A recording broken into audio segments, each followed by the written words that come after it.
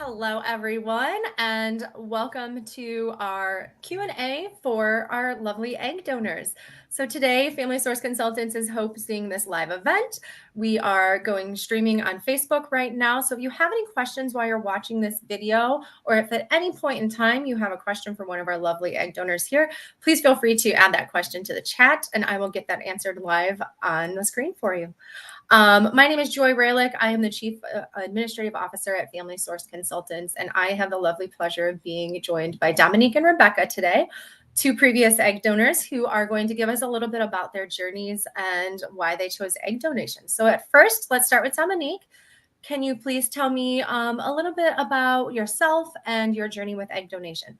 Of course. So my name is Dominique. I started looking into egg donation when I was 19 years old. I was really into the idea of helping someone have a baby, and that idea was so beautiful in itself. And then the compensation didn't hurt as well. And especially when you're a young undergrad and you're in college and you got student loans, books, and dorm room, like rents, so much money. So I started looking into it more. And at 19, I did pause and was like, maybe take some time to reconsider, do some more research. And then at 21, I signed up, got accepted, and started my first egg donation process. My journey was a long one. My first egg donation journey was long because there's so much testing just to make sure like I'm a perfect candidate for this couple. But after the journey was completed, they ended up with 13 eggs and I believe 6 embryos and a beautiful baby girl who is now 2. Oh my gosh, she's 2 now. Who's 2 and loved and adored every day. And I do get little updates here and there from them. That's amazing. Rebecca, let's go to you now. Give me a little bit about yourself and your journey with egg donation. Hi, yes, Rebecca. I am a 5-time egg donor. I started off my journey in anonymous egg donation here locally in my states when I was 22, actually, so I waited a little bit. And what kind of brought me to do egg donation is I had family members who distant family members from previous relationships who I followed, and they, struggled with infertility and finding egg donors and surrogates to help build their families. So for me, that was kind of my inspiration into helping, build families through egg donation. And I was just weirdly drawn to the realm of IVF and alternative reproductive medicine. Just all of it really, really intrigued me. So when after I did my anonymous egg donation, I decided I wanted to sign on with FSC, maybe open up the possibility of, even potentially traveling to do egg donation. That was actually a really exciting concept for me. Went on to do 5 egg donations. One of my most treasured and favorite egg donations was with a couple who, one of the parents actually works for FSC now. So we get to help build families in this greater capacity now in egg donation and surrogacy with FSC. So, yeah. Amazing. Well, thank you both so much for being here, and thank you for sharing your stories. I always love to know what brings us to this world. I came in as a surrogate. I didn't have the privilege of being an egg donor, but just why we get so roped into what we do and how we fall into place in the world of third-party reproduction, and just how that passion grows, because we all know someone who has been touched by infertility, and basically just this is our way of giving back. And I know I speak for everyone here on this call because we all work together and it's lovely, and we're just really happy to support everyone that we have a chance to interact with. First question I have for everyone would be about the medications that we use. So what types of medications did you have to take as part of the process? Do you want to go, Dominique, or should I go? We can both put our inputs in on this. I had to take 3 injections daily. Mine were 2 in the morning and 1 at night. And I didn't have to take any oral medication until after my retrieval and before my retrieval, which were like birth controls and then antibiotics. But the injections were 3 injections daily for 8 to 14 days.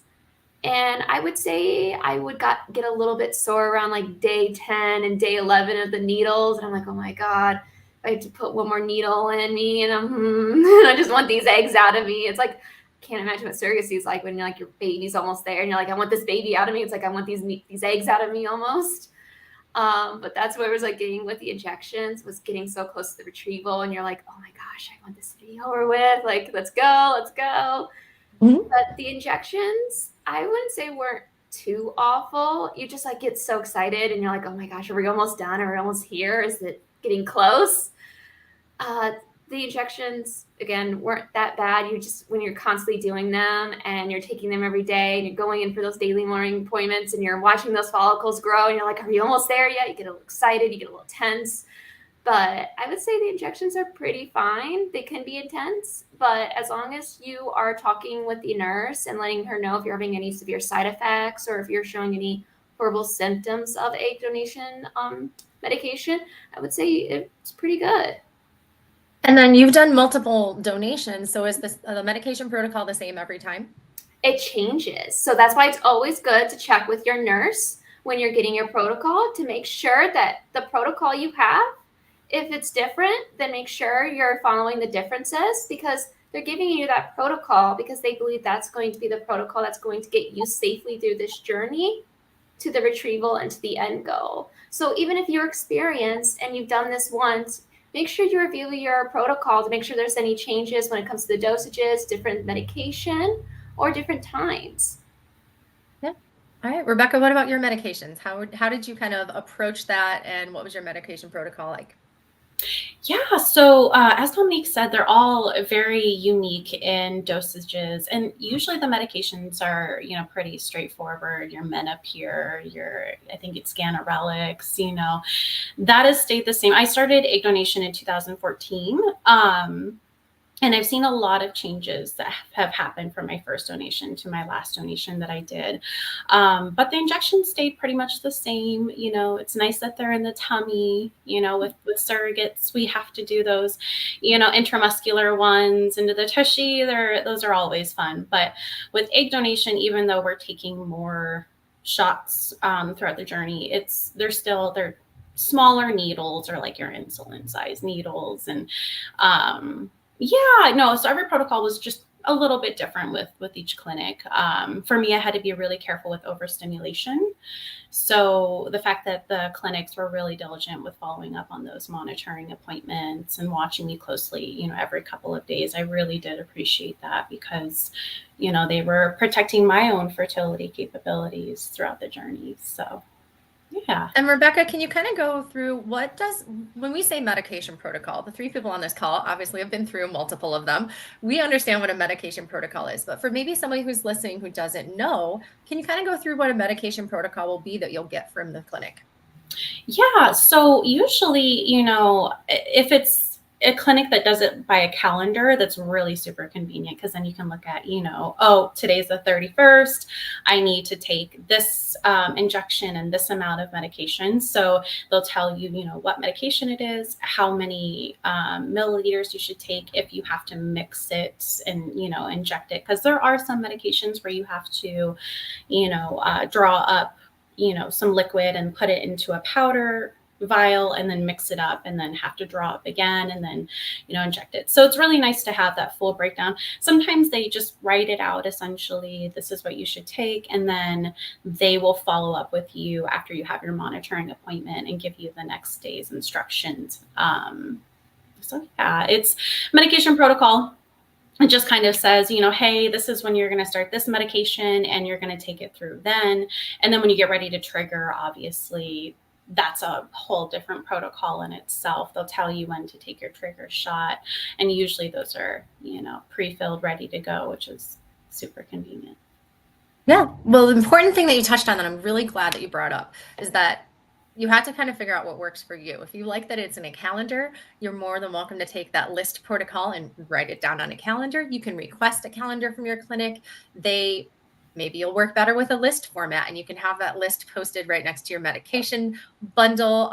For me, it was real easy to have my medications laid out in a certain area. So I had everything organized in a basket. It was my zone. Every time I had to do a medication, I'd go there, read my calendar one last time, take the medication that was prescribed for that day, and then kind of mentally or physically check it off my list and know that I was done.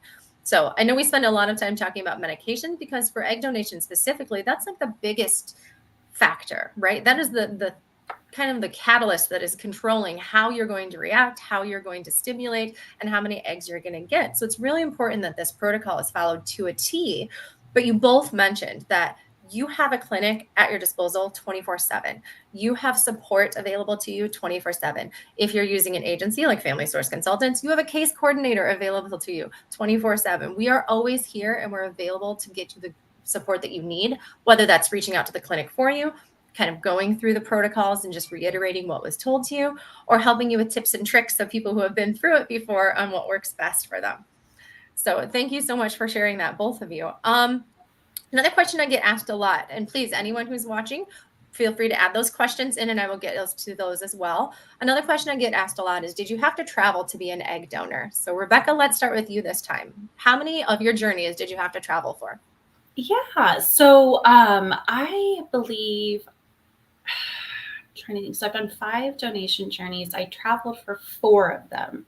The one that I did locally here, where in the state I'm located in, it was convenient, because I had that, clinic very close by to me, but it didn't take away the convenience factor when I did travel for my egg donations. Like, let's say I went to Florida, had to go to a clinic out in Florida. It was really nice because I only had 2 sets of travel, one for medical screening and then the second set of travel for the actual retrieval.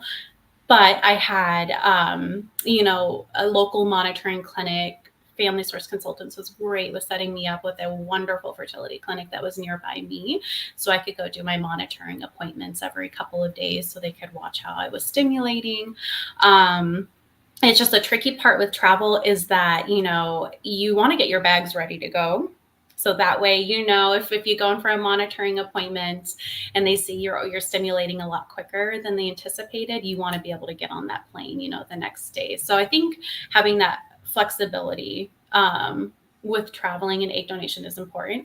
But I know there's an option to also say, no, I would rather not travel. I would rather stay in my state. And that's super convenient too. But did you feel like there was any difference to the journey? Did you feel like after you were done with all of them, did you feel negative or positive towards either traveling or not? Honestly, I loved my travel. I loved the journeys that I got to travel because I got to, experience different parts of the country. It was just very exciting to me, to be so young and traveling and experiencing, this beautiful gift of helping people grow their families, but also feeling just this joy of, seeing new places, seeing new faces. So I think I really enjoyed the travel aspect a lot more than, my local egg donation that I did. I'm happy you shared that because I never want anyone to limit themselves because they think it might be easier if they stay local and kind of miss out on that opportunity. So thank you for sharing. Dominique, what about your travel? Give us, how many of your journeys did you travel for? I had to travel for 3 of them. I just had one state that just constantly loved me, so I was always traveling. All 6 of my egg donations were done in this one state. So this one state had all of me. The first 3 were done locally because I was in undergrad in that state, and then I went back home to go into grad school, and 3 more were back in that state, so I had to travel, which I think being a student and doing egg donation was a huge plus because you tend to be more flexible as a student than you do as a working adult with a 9-to-5 schedule. Because when I was a student, I was very open about my egg donation with my professors. I told them I am doing this amazing thing. I would appreciate if you could help me out and help me with any exams coming up or any assignments coming up that I won't be here for. Can I get those moved or submit it sooner? And a lot of my professors were very accommodating when I reached out to them about this. And I even had a professor that was going through IVF themselves and having a baby. So we bonded on that. And I got to be there when their baby was born, and actually they had to go through their own egg retrieval to have their baby. So we commented and shared notes about our own egg retrieval.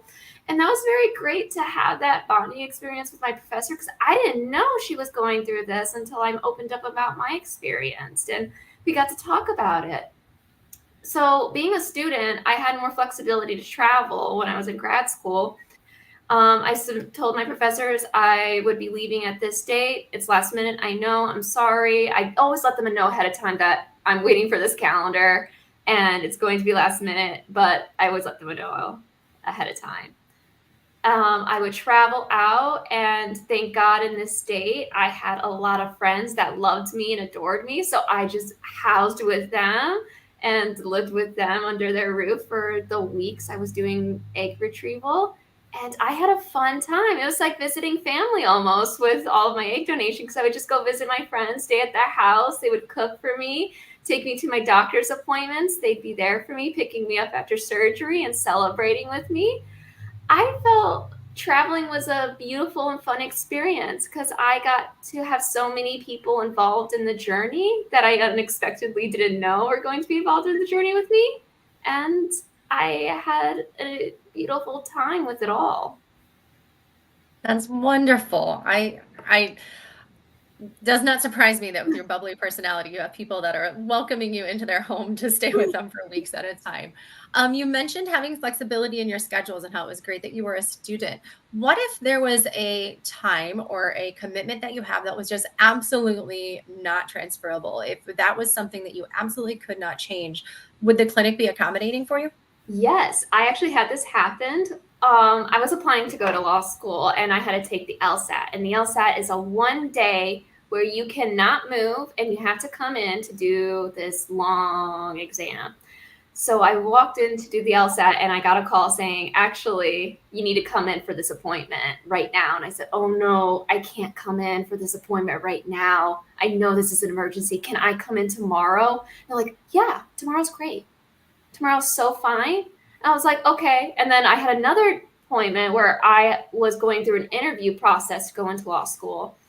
And the calendar was on one of my monitoring appointment dates was set for that interview.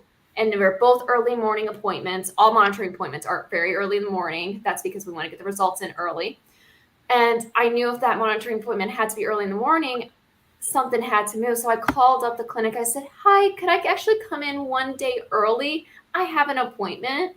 I know this is like so ahead, but just to make sure we're clear, I don't want anything to like bump in the road. And they were so accommodating. And I realized with a lot of egg donors that once you get your calendar and you see that there's a date or you see that something's coming up that you can't move, you reach out to the clinic and let them know like, hey, this date isn't going to work for me. They're happy to like move some dates around, reschedule, or even bump back to make sure you're comfortable moving forward, because we don't want you to take off an excruciating amount of days of work or excruciating amount of days of class to get through this procedure. We want to make sure this is still within your schedule and within your flexibility. Yeah, wonderfully put. I know that there are blackout dates that clinics will accommodate, especially before you even start medications. They'll know that we don't want to be shooting for beginning of May, for example, because the donor's not going to be available. But yes, there is a slight flexibility within the actual medication protocol. I say slight because we do need to be as flexible as possible and as open as possible, because sometimes we can't control how the medications are going to make our body react. And then we are going to have to get on a plane and go to the retrieval, because guess what? It's time. Body's ready. We need to get to the clinic and be ready for those eggs. But love that you kind of gave us both sides of that story. I also kind of wanted to shift a little bit and start thinking about kind of the relationship with our parents. So I would like to know if either of you kind of had any say in who ended up with your eggs. Let's start with Dominique this time. I personally did not. So what I received from all of my 6 egg donation cycles in the beginning, I do know some of my parents now. In the beginning of all my journeys, I would receive where the parents are currently located, either the state or the country they're living with. I would know if they are married, single. I would even know their sexuality. And then I would also know what clinic they were working with. but that would be all the information I would receive.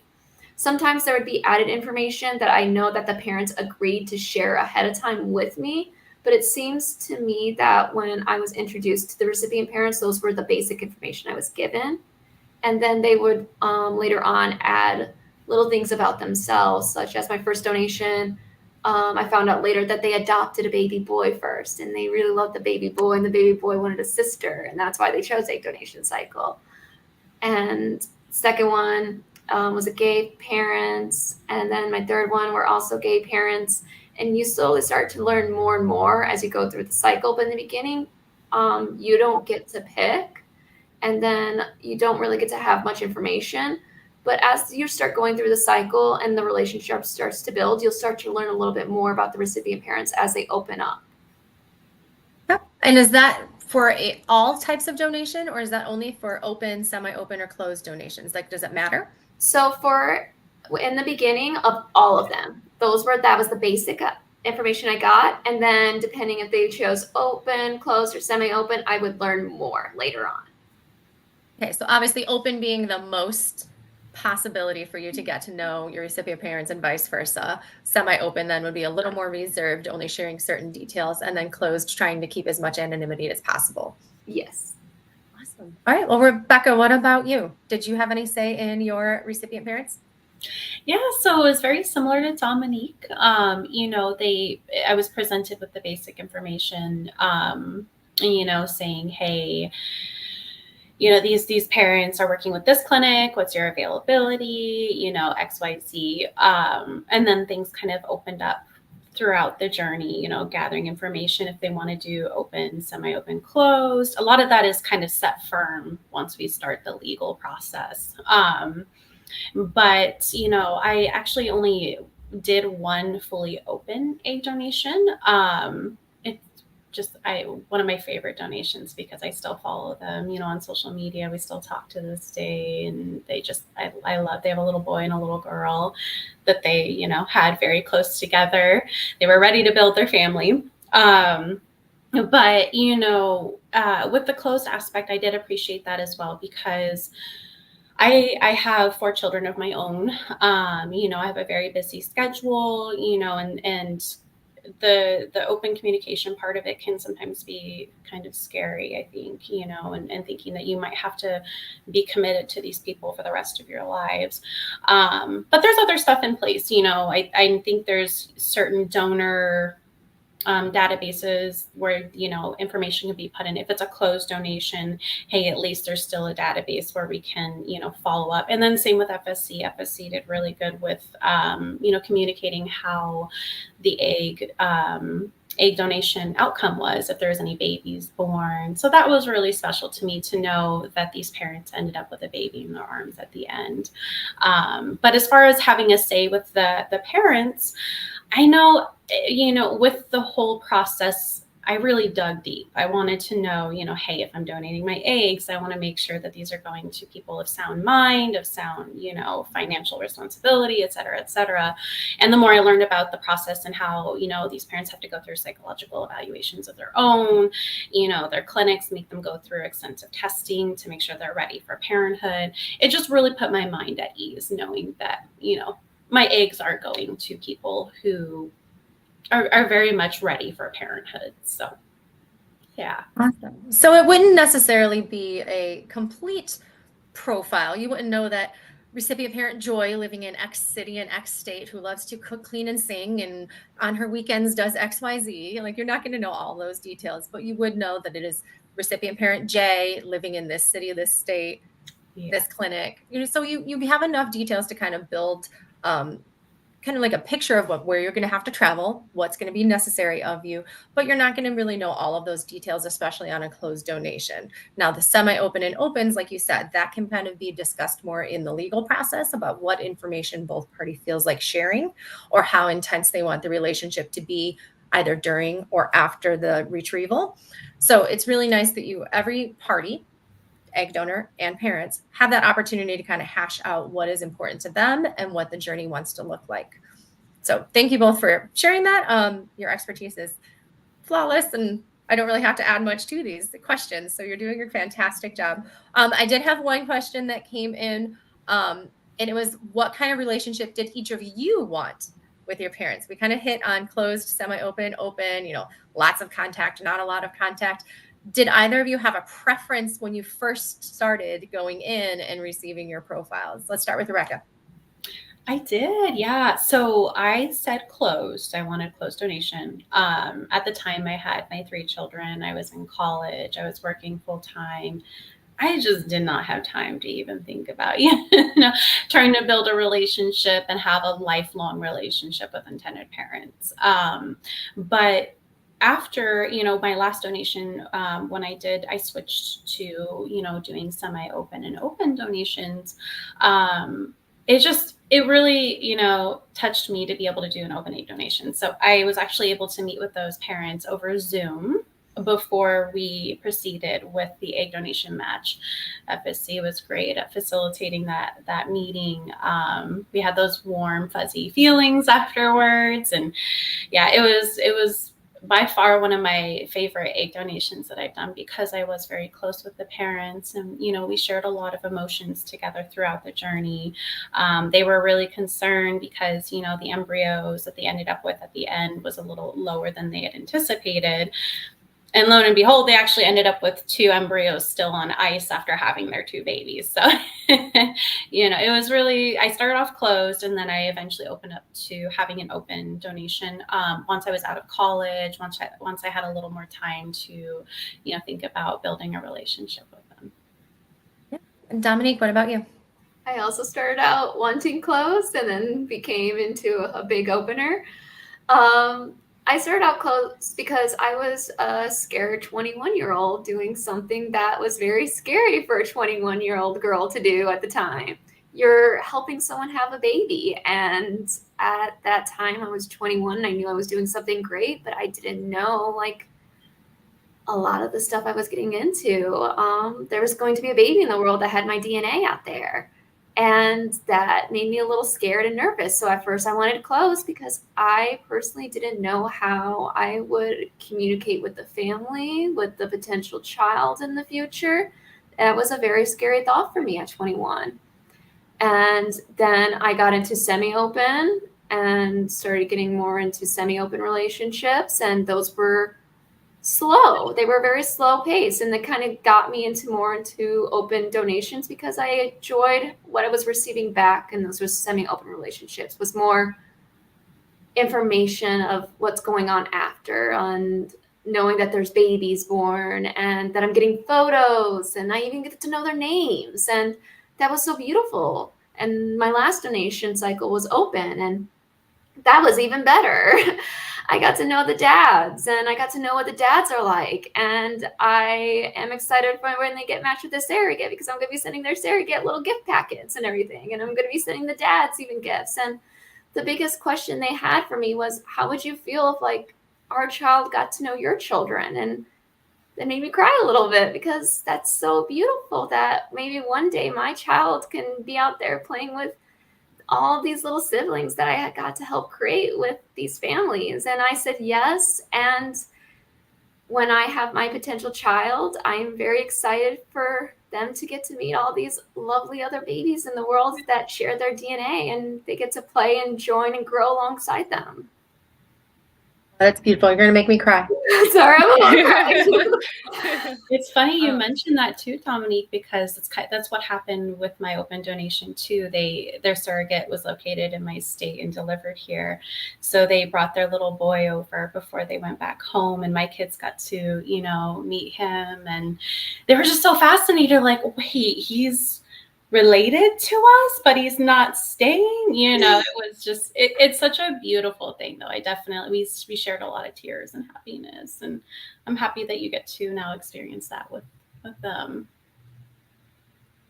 Well, you both just kind of touched on my next question, which is beautiful, because one of the biggest reasons I hear for not wanting to do egg donation is that you don't want to have part of your genetic material out there in the world, a potential half child out there.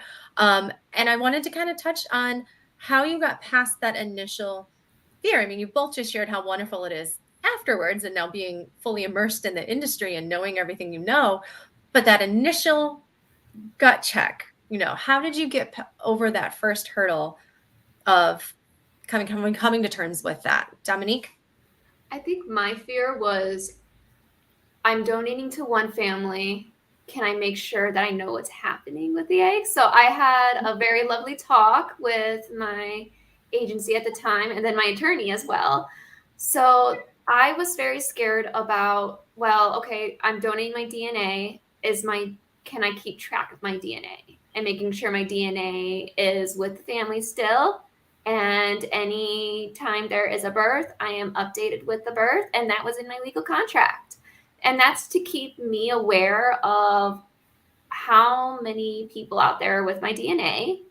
And also to be aware that when I have children, that we are checking how many people are out there with my DNA and that they are aware that this person could have my DNA and that my child won't accidentally end up with that person because they were unaware. So there's a lot of checks and balances to make sure that your eggs are going to the person you're with and that they are going to let you know that there's a baby born and you're going to be aware of that.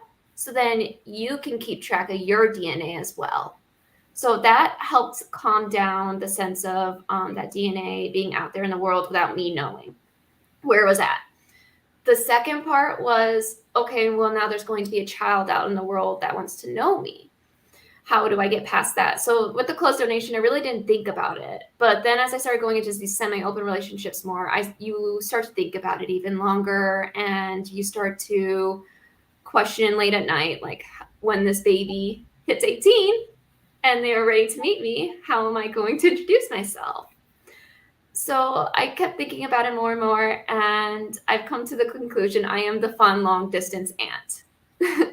Because they have their parents and they're related and they're raised and loved by their parents and they're related to me by the long distance aunt. So like a long distance aunt, I'm related to them.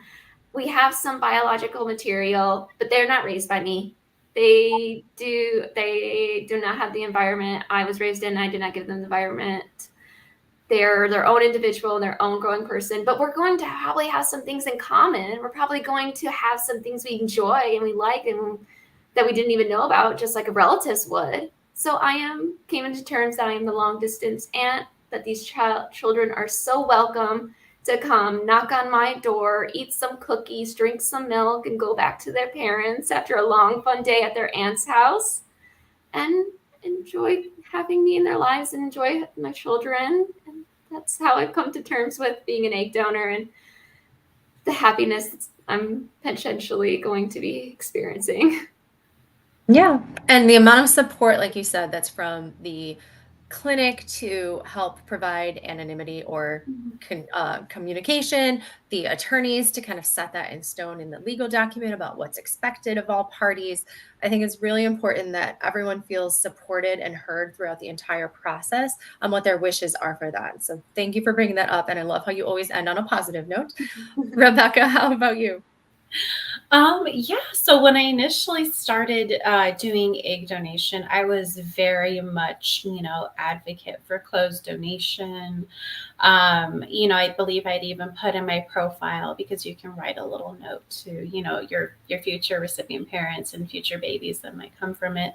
I put in there, although we may never meet, I want you to know how much love went into creating you and bringing you into the world, and how much you are wanted. For me, that was the big thing, is knowing how it was helping dreams come true. And, these babies are dreams come true. They're very loved, and they're in this, environment where their parents spent a lot of, time, money, effort to get them here.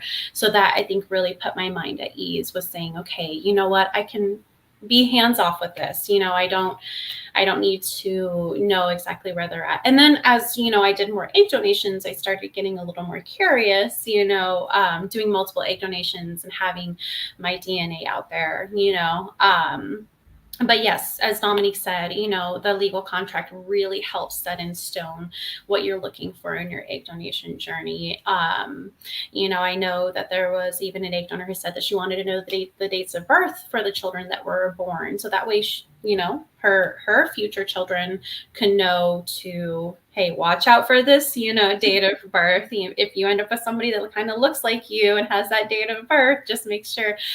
Obviously, there's a lot of responsibility that comes into play with being an egg donor. And I was so young at the time that I don't think I really thought about, that these children might come knocking at my door someday. But as I got older, as my children got older, I just really opened up to the idea of it. And again, if they came knocking on my door, milk and cookies, we'll talk. I'll be that long distance aunt and, let them know that I was only a part of their, journey into the world, and that their parents are the ones who, raised them, put love and effort into them. And, I definitely would tell the children, hey, your parents deserve all the credit. What we do is great and big and grand. It's a short 14 days, from start of stimulation to egg retrieval, but it is a huge thing. And, I can imagine being an egg donor baby, you'd want to know where you come from. So I opened up to that later on.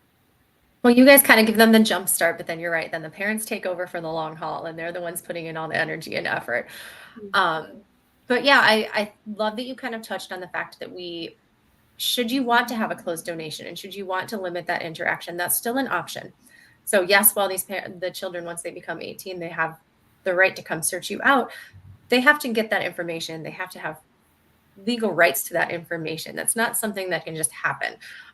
So I just want everyone who's listening to know that there are options. You are able to protect yourself, whether you want to be a closed donation or an open, and to really just reach out to your clinic, your agency, other egg donors. So, send questions to Family Source Consultants. We have multiple egg donors who can help explain what the process is and how to best suit whatever your needs are for what you're looking into.